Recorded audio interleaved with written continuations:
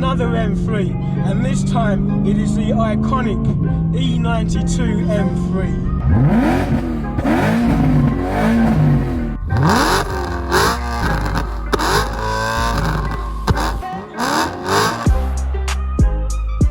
The E92 BMW M3 was produced from 2007 to 2013.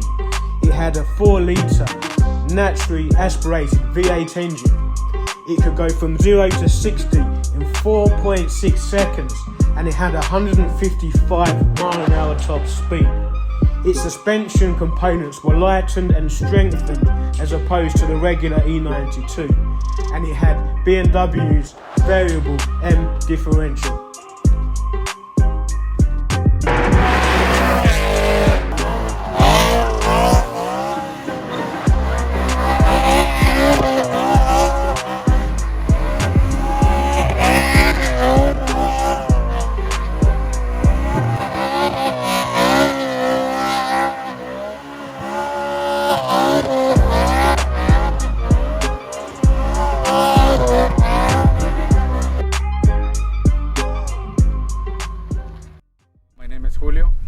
And this is my 2013 M3 Competition Package with cloth interior. Okay. Have you done any modifications to the engine? We rebuilt the engine, and it's straight pipe and tuned by Gentani. Any suspension modifications? Not at the moment. We're planning to get some KW coilovers.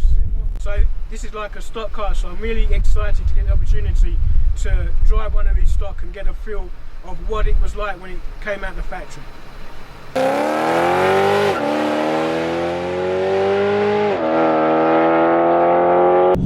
I've already covered the E46 M3 and I've covered the F82 M4, and I said that the E46 M3 was an engaging, delightful, responsive car. The F82 was faster. Oh, it was so much faster, but it was a bit numb. So I haven't driven one of these cars since 2007. So I'm really excited to get back in it and see what it's all about.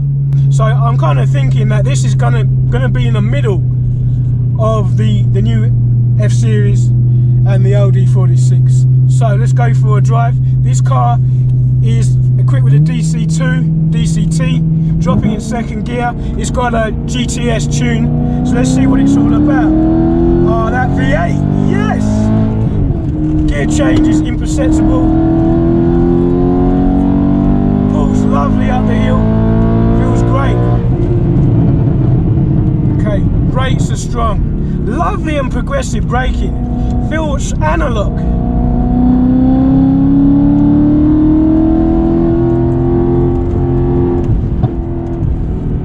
Throttle response, back in a naturally aspirated car, throttle response is great. Turning, 245 whip tyres on the front, hanging on very nicely. Woo! Yeah, this is a car for curbs. Corners really flat, suspension is stock, but cornering really flat. Loving that V8 soundtrack behind me.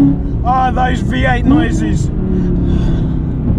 BMW, I love turbos, but why did you lose the V8? Just wonderful.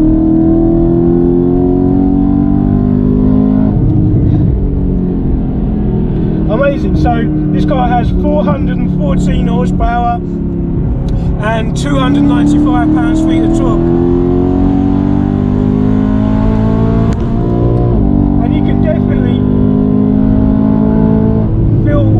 Say about this engine not having a great deal of torque,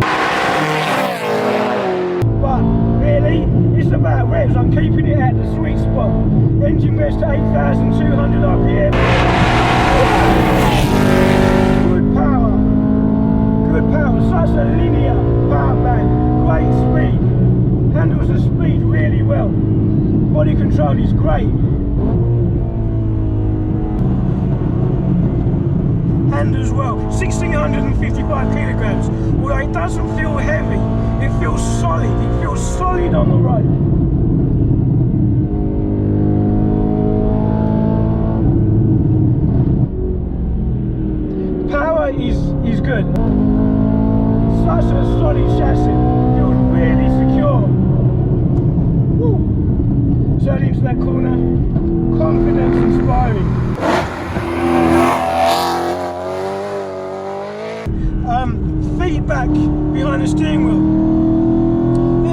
bit of feedback. Not as good as I was expecting. So my 135i definitely has more steering feel than this E92 M3. Thinking about the steering some more. Steering feels good. Not amazing, but good. But this power, it just pulls and pulls, and that stratospheric 8,200 RPM red line is great. It just feels great. The throttle response is instant. No lag, of course no lag, but it just feels great to feel that. I mean, really feels at home up here. Like you can do it over and over and over again. Again, the throttle mid through the corner is not upsetting the car. Such a linear power delivery.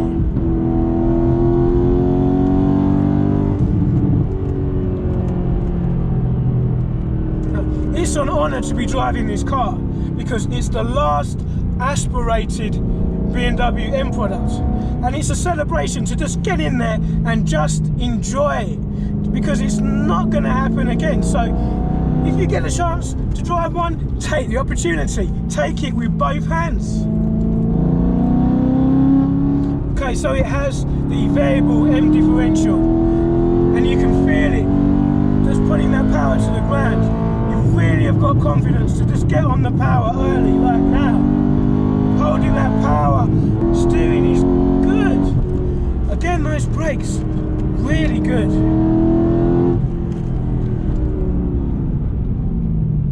So, does it live up to the hype?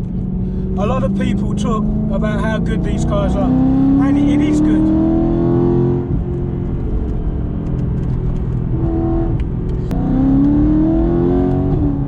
E46 is definitely sharper.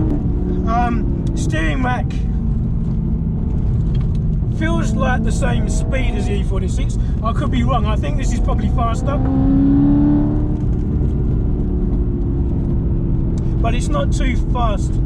It's kind of confidence inspiring. Definitely a confidence inspiring car. The more I drive it, the more I feel confident with it. This DCT gearbox is so sharp, especially with the M3 GTS tune. Well, again, it's one of those cars where it doesn't take long to get used to it. Classic front engine, rear wheel drive, sets up lots of great balance.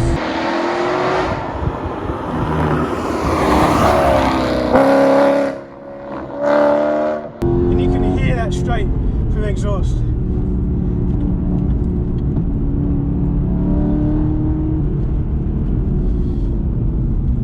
So, would I have one of these over an E46 M3? No. Would I have one of these over an F80?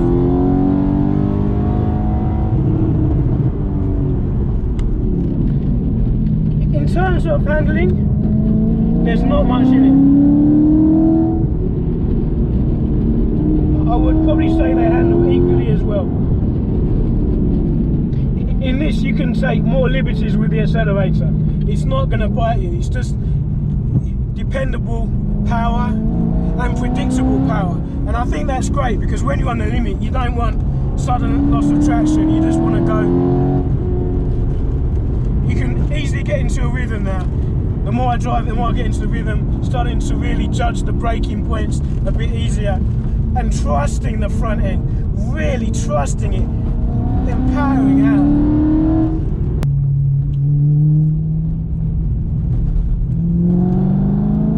If you like cornering, buy this car. If you want to go fast in corners, buy this car, because you'll have a lot of fun.